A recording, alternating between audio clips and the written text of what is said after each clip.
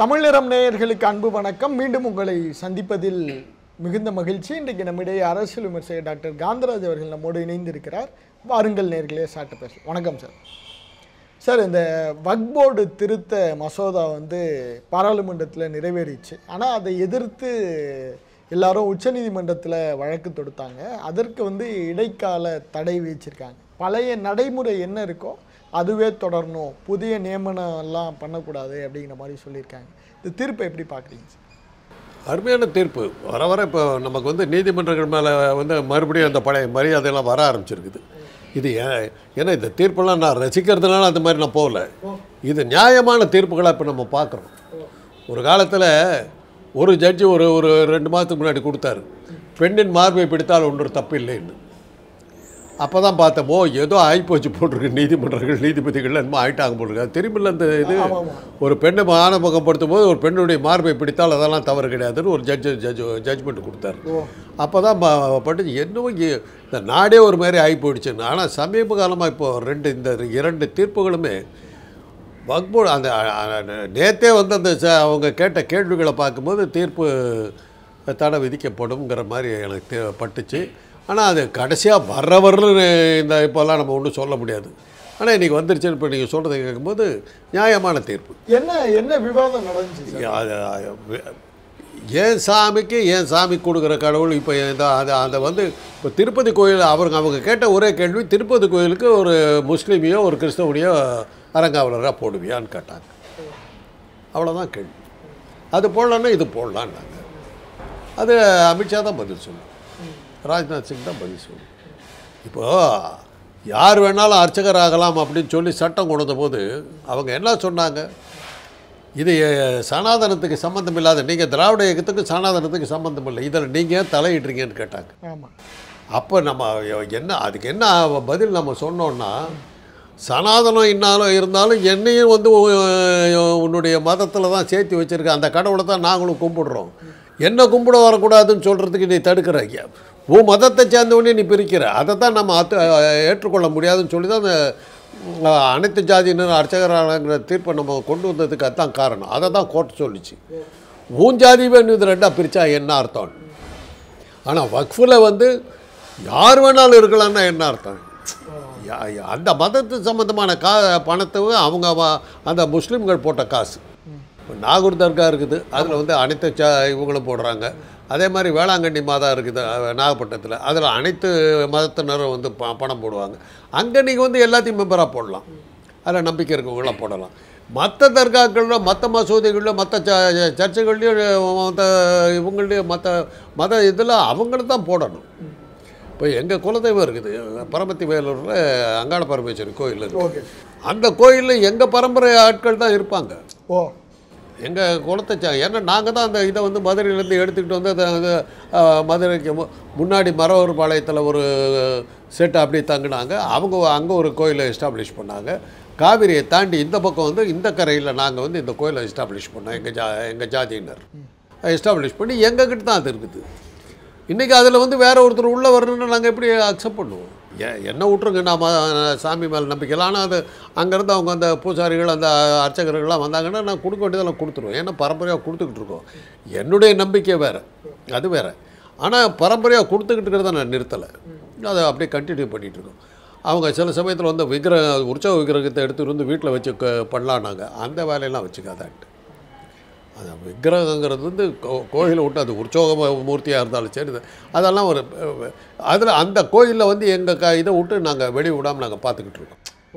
அவ்வளோ ஜாக்கிரதையாக இருக்கிறோம். அவ்வளோ என்ன அங்கே மெர்கன்டைல் பேங்க் கேள்விப்பட்டிருக்கோம். அதை அதை ஆரம்பித்தது நடத்தினது எல்லாருமே நாடார் இனத்தை சேர்ந்தவர்கள்.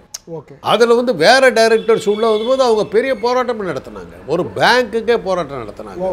அப்புறம் அது மறுபடியும் அந்த பேங்க் டைரக்டரு எல்லாம் சேர்மன் எல்லாருமே நாடார்கள்ட்ட போனவுடனே அவங்க இனத்தை சேர்ந்த அந்த பத்திரிகைகள் தினசரி பத்திரிகைகளை மெர்கன்டைல் வங்கி மீண்டும் நாடார் வசம்னு போட்டாங்க.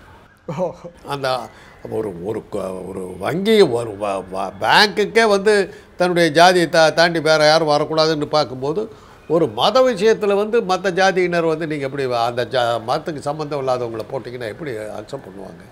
இந்த கேள்வி தான் அவங்க கேட்டாங்க. அப்பா வாரணாசி கோயிலுக்கு ஒரு முஸ்லீமை போடுவியா? இதெல்லாம் கேட்கணும். ராமேஸ்வரத்துக்கு போடுவியா? இது எல்லாத்துக்கும் பண்ணு, அப்போ நம்ம அக்செப்ட் பண்ணலாம். ஆக இந்த இந்த நீதி நிலைநாட்டப்பட்டிருக்கிறது, இந்த தர்மம் நிலைநாட்டப்பட்டிருக்கிறது தான் அர்த்தம்.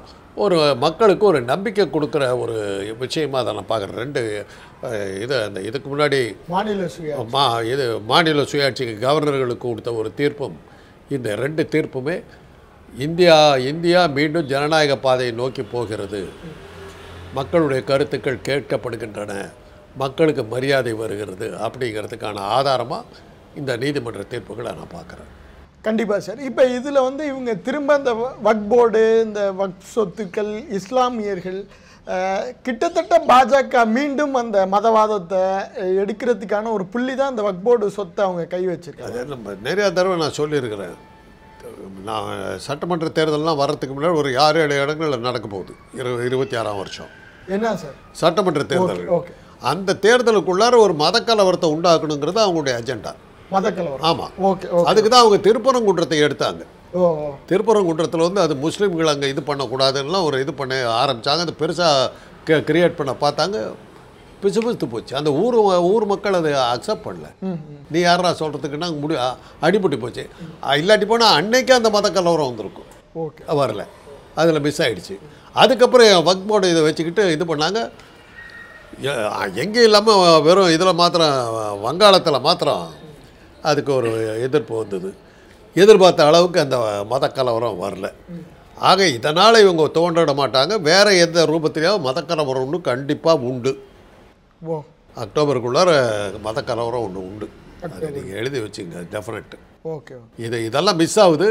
இதை விட நல்ல அழகாக திட்டம் போட்டு ஒரு மதக்கலவரத்தை உண்டாக்குவாங்க. ஏன் சார் அந்த கலவரத்தை வச்சு தான் அவங்க வரணுமா? மதக்கலவரத்தினால் பெரும்பான்மையான இந்துக்கள் மனம் புண்பட்டது. பெரும்பான்மையான மக்கள் இந்துக்களை காப்பாற்ற வேண்டும் என்றால் பாஜக வந்தால் தான் முடியும் என்று மக்கள் முடிவு எடுத்து விட்டார்கள். கருத்து கணிப்பு உடனே வரும்.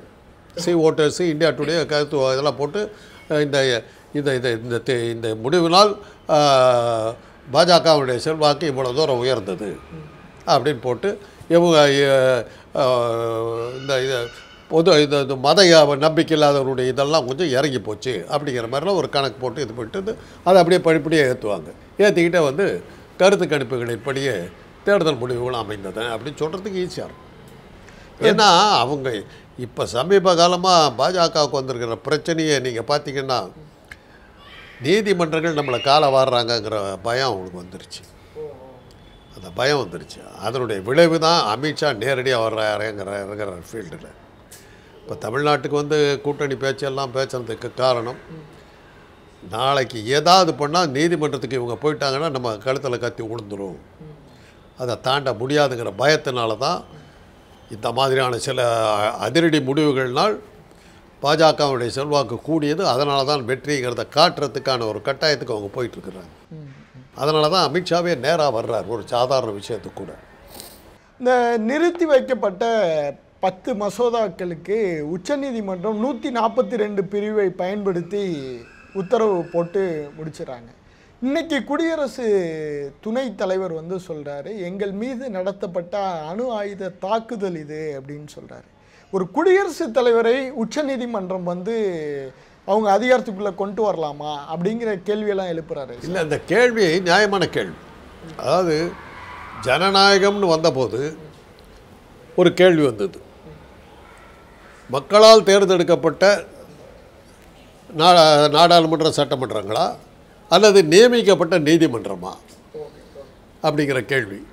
என்னதான் நீங்கள் சொன்னாலும் நீதிபதிகள் நியமிக்கப்படுகிறார்கள், மக்களால் தேர்ந்தெடுக்கப்படுவதில்லை. கவர்னர் மாதிரி தான். ஆனால் கவர்னருக்கு அடிப்படை விதிகள் எதுவுமே கிடையாது. யார் வேணாலும் அட்டண்டராக இருக்கவங்க, ரவி மாதிரி காஃபி வாங்கி கொடுத்த ஆளெல்லாம் கூட கவர்னராக வரலாம். ஆனால் நீதிமன்றத்துக்கு அப்படி இல்லை. படிச்சுட்டு அதுக்கான படிப்பை எப்படி ஒரு டாக்டராக இருக்க சீஃப் டாக்டராக எப்படி வர்றாங்களோ அது மாதிரி தான் ஒரு வழக்கறிஞராக ப்ராக்டிஸ் பண்ணி அதில் படிப்படியாக உயர்ந்து அதில் வர்றவங்கள தான் அவங்க இதாக பண்ணுறாங்க. ஆனால் 1000 இருந்தாலும் அவங்க சம்பளத்துக்கு வர்றவங்க தான். அரசு அதிகாரிகள் மாதிரி தான் அவங்களுக்கு கணக்கில் வர்றாங்க. அவங்க எப்படி மக்களால் தேர்ந்தெடுக்கப்பட்டவர்கள் மேலே ஆதிக்கம் செலுத்த முடியுங்கிற கேள்வி இங்கே மாத்திரம் இல்லை, ஜனநாயகத்தை ப்ராக்டிஸ் பண்ணுகிற ஏற்றுக்கொண்டு இருக்கிற அத்தனை நாடுகள்லையுமே அது உண்டு. இங்கிலாந்தில் உண்டு, அமெரிக்காவில் உண்டு, எல்லா ஊர்லேயுமே உண்டு. ஆனால் நீதிமன்றங்கள் சில உத்தரவுகள் போட்டுச்சுன்னா நாடாளுமன்றங்கள் அதை ஏற்றுக்கொள்ளுகின்றன. ஏற்றுக்கொள்ள மறுத்து வந்த தகராறு தான் வந்து நீங்கள் பார்த்தீங்கன்னா எமர்ஜென்சி. ஓ, இதுக்கு முன்னாடி நடந்தது அது இந்தியாவில் வந்து நீதிமன்றத்தை தூக்கி எறிஞ்ச ஒரு இது வந்து எமர்ஜென்சி. அலகாபாத் நீதிபதி இந்திரா காந்தியினுடைய தேர்தல் செல்லாதுன்னு கொடுத்தார். உடனே அம்மா எமர்ஜென்சி டிக்ளேர் பண்ணி நாடு ஆபத்தில் இருக்குதுன்னு சொல்லிட்டு எல்லா அந்த அந்த அந்த நீதியவே இவங்க பதவி இழந்துட்டாங்க. ஆக்சுவலாக அன்றைக்கி அவங்க வந்து எமர்ஜென்சி டிக்ளேர் பண்ணும்போது இந்திரா காந்தி வந்து பிரைம் மினிஸ்டர் கிடையாது. ஓ, பதவி போயிடுச்சு. ஆனால் அவங்க தொடர்ந்து இருந்துக்கிட்டு இருந்தாங்க. என்ன நடந்துச்சு சார்? அப்போ அலகாபாத் உயர்நீதிமன்றத்தில் அவங்க கொடுத்த தீர்ப்பு என்ன ஆனால் ஒரு அது காரணத்தை கேட்டிங்கன்னா வேடிக்கையாக இருக்கும். தன்னுடைய எலெக்ஷனுக்கு அரசாங்க வாகனங்களை பயன்படுத்தினார் இந்திரா காந்தி. இதுதான் குற்றச்சாட்டு. அது நிரூபிக்க 2 கார் நம்பர் கொடுத்து அந்த காரெல்லாம் பயன்படுத்தப்பட்டுச்சு, 2 வண்டி. இந்த அடிப்படையில் இந்திரா காந்தியுடைய வெற்றி செல்லாதுன்னு தீர்ப்பு கொடுத்தார். அதை வந்து அந்த அம்மா உடனே எமர்ஜென்சி டிக்ளேர் பண்ணி நாடு ஆபத்தில் இருக்கும்போது இதெல்லாம் நம்ம இது பண்ண முடியாதுன்னு சொல்லிட்டு எமர்ஜென்சி அப்படி தான் கொடுத்து. இல்லாட்டியா அன்னைக்கு வந்து நீதிமன்றத்தினுடைய தீர்ப்பை தூக்கி எறிஞ்சிட்டு நாடாளுமன்ற இதை அடிப்படையை வச்சுக்கிட்டு அன்றைக்கி இந்திரா காந்தி செஞ்சாங்க. ஓகே, இன்றைக்கி அது மாதிரியான வேலைகளை கூட இவங்க செய்யலாம். அந்த அந்த அடிப்படையில் போனாங்கன்னா இத்தனை தீர்ப்புகளையும் வந்து தூக்கி எறிஞ்சிட்டு எமர்ஜென்சி டிக்ளேர் பண்ணலாம். ஓ, இன்னொரு எமர்ஜென்சியை நோக்கியத்துக்கான தொடக்கமாக இது தொடக்கமாக கூட இருக்கலாம். ஏன்னா வரிசையாக 2 பெரிய அடி, சாதாரண அடி இல்லை. அதுவும் கவர்னருடைய ஆட்சி இது அதிகார பறிப்பு இருக்குது. அது பாஜக ஒழுந்த மிகப்பெரிய மரண அடி.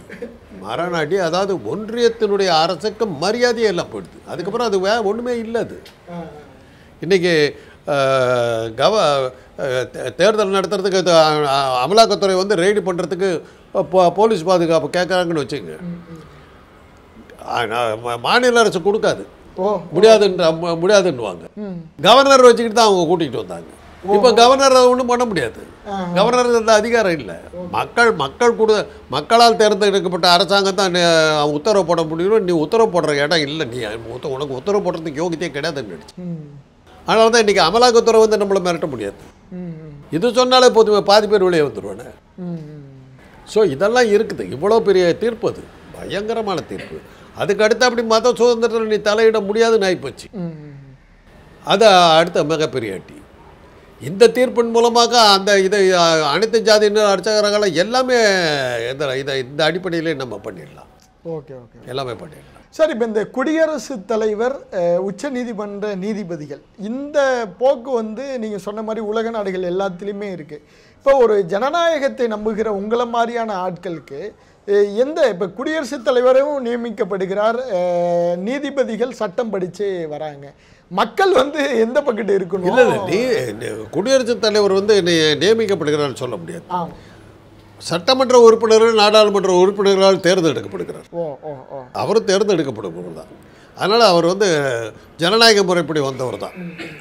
ஆனால் இதில் நம்ம என்ன கேட்குறோன்னா, இது வந்து இந்த முடிவுகள் வந்து என்னால் ஜனநாயகத்து மேலே பற்றுள்ளவர்களுக்கு அது ஒரு ஆபத்தான ஒரு விஷயம். நாடாளுமன்றத்துக்கு தான் அதிகாரம் இருக்கணும். ஓகே, மக்களுக்கு தான் வாக்ஸ் பாப்புலிங்கிறான். மக்கள் குரலே மகேசன் குரல், அதுக்கு தான் மரியாதை. இது நியமிக்கப்பட்டவர்கள் வந்து இது பண்ணாக்கா அப்புறம் நாளைக்கு ஐஏஎஸ் அதிகாரிகள்லாம் வந்து இஷ்டத்துக்கு ஆட ஆரம்பித்தாங்க. ஐஏஎஸ் அதிகாரிகள் ஆட ஆரம்பித்தா அவங்களுக்கு தெரியும் என்ன ஆகும்னு தெரியும், நாடு என்ன ஆகும்னு தெரியும். அதனால் ஜனநாயகத்துக்கு வந்து இது வந்து அவ்வளோ நல்லதல்ல. ஆனால் அதே சமயத்தில் யோசிச்சு பாருங்கள், மறுபடியும் ஒரு ஜெயலலிதா மாதிரி ஒரு ஆள் வந்தாங்கன்னா, இல்லை இதே நரேந்திர மோடி கண்டினியூ பண்ணார்னா என்ன? நரேந்திர மோடியினால தானே இந்த கேள்வியே வந்தது. மக்களால் தேர்ந்தெடுக்கப்பட்டவர்கள் சரியில்லைன்னா யாருக்கிட்ட போய் நிற்கிறது? புரட்சி வரணும். இந்தியாவில் புரட்சி வந்ததானுக்கு அடையாளமே இல்லை. கடைசியாக நடந்த புரட்சியே மருது பாண்டியரும் வேலு நாச்சியார் பூலித்தேவன் வீரபாண்டிய கட்டபொம்மனுக்கு அப்புறம் இந்தியாவில் எங்கே புரட்சி நடந்தது? அவனுக்கு திருப்பி பேசுகிறானுங்க. ஜான்சி ராணி ஒரு பொண்ணு, அவன் தோற்று தான் போனான். ஜெயிச்சது இவங்க தான் ஜெயிச்சாங்க. தமிழ்நாட்டில் தான் ஜெயித்தாங்க. தென்னாட்டில் தான் போராட்டமே நடந்தது. அல்லு சீதாராமராஜு, கெட்டூர் சின்னம்மா, இது மாதிரி தென்னாட்டில் தான் போராடினாங்க. வடநாட்டில் அவங்க வந்து முகலாயர்கள் வந்தாங்க பேசாமல் ஆகிட்டோம், ஆங்கிலேயர்கள் வந்து பேசாமல் ஆகிட்டோம். ஒன்றும் வாய்வே திறக்கலையே. இன்னும் சொல்லப்போனால் ஆங்கிலேயர்கள் வந்தப்புறம் 56 ராஜபுத்திர ராஜாக்களும் போய் அவருக்கு கப்பம் கட்டிட்டு மாட்சிமை தங்க மன்னரின் கீழ் கப்பங்கட்டும் அரசான இதாக இருப்பதில் நாங்கள் மகிழ்ச்சி அடைகிறோம்னு சொல்லிட்டு வந்தோம். அதனால தான் இங்கிலாந்து ராஜா வந்து ராஜாவாக இருந்தவர் சக்கரவர்த்தி ஆனார். 56 ராஜாக்கள் எனக்கு கீழே இருக்காங்க. அப்படிப்பட்ட அதனால் இங்கே வந்து புரட்சி நடக்கிறதுக்கு வழி இல்லை. வடநாட்டில் வராது, தென்னாட்டில் தான் வந்தால் உண்டு. கண்டிப்பாக சார். இப்போ ஆளுநர் இன்னைக்கு இரவு டெல்லி போகிறாரு. அங்கே போய் சட்ட ஆலோசகர்கள்லாம் சந்திக்க போகிறாரு. உள்துறை அமைச்சர் அமித்ஷாவையும் சந்திப்பார் அப்படின்னு ஒரு செய்தி கிடைக்கிது. புதிய ஆளுநரை நோக்கி பாஜக நகருமா சார்? புதிய ஆளுநரை இப்போ மாற்ற முடியாது. என்ன சார் சொல்றீங்க? அந்த தீர்ப்பில் ஒரு பாயிண்ட் இருக்குது. சட்டவிரோதமாக நடந்தார். சரி சரி சார். அந்த தீர்ப்பில் அதாவது அந்த இதெல்லாம் எடுத்து வச்சுக்கிட்டு இல்லை, கோப்புகள்லாம் நகத்தாமல் வச்சுருந்தார்ல, அது சட்டவிரோதம்ட்டார். சட்டவிரோதம் இஸ் அக்யூஸ்டு. பதவி போச்சுன்னா அரெஸ்ட் பண்ணுவாங்க. அந்த பிரச்சனை இதை சொன்னது RS பாரதி சொன்னார். அதனால தான் அவர் பதவி விலகிறது. அதை பற்றி கமெண்ட்டே அடிக்காமல் உட்காந்துக்கிட்டு இருக்கிறது காரணம், பதவி விலகுனா ஜெயிலு. கவர்னராக இருக்கிறதுனால தான் அந்த ப்ரொடெக்ஷனில் அவர் இருக்கார். இல்லாட்டி பதவி போச்சுன்னா அடுத்த செகண்டு ரவி இது புழல் தான். இல்லாட்டி அங்கே வாத்தியார் திகாரிலே போட்டாலும் போட்டுருவார். Okay okay okay. அந்த மாதிரி ஒரு வரலாற்று முக்கியத்துவம் வாய்ந்த ஒரு தீர்ப்பு. இந்த தீர்ப்பில் வந்து மிகப்பெரிய பிரச்சனை அதுதான். கவர்னரை குற்றவாளின்ட்டாங்க. கவர்னர் பதவியில் இருக்கிறதுனால தான் அவர் தப்பிச்சுக்கிட்டு இருக்காரு.